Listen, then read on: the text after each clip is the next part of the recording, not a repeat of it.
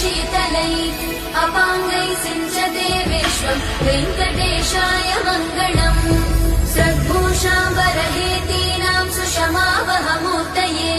सर्वाद्रिशमनायास्तु वेङ्कटेशाय मङ्गलम् श्रीवैकुण्ठविरक्ताय स्वामि पुष्करिणीतटे रमयारममाणाय वेङ्कटेशाय मङ्गलम् श्रीमत्सुन्दरजामातृमुनिमानसवासिने सर्वलोकनिवासाय श्रीनिवासाय मङ्गलम् मङ्गलाशासनपरैर्मदाचार्य पुरोगमैः सर्वैश्च पूर्वैराचार्यैः सत्कृतायास्तु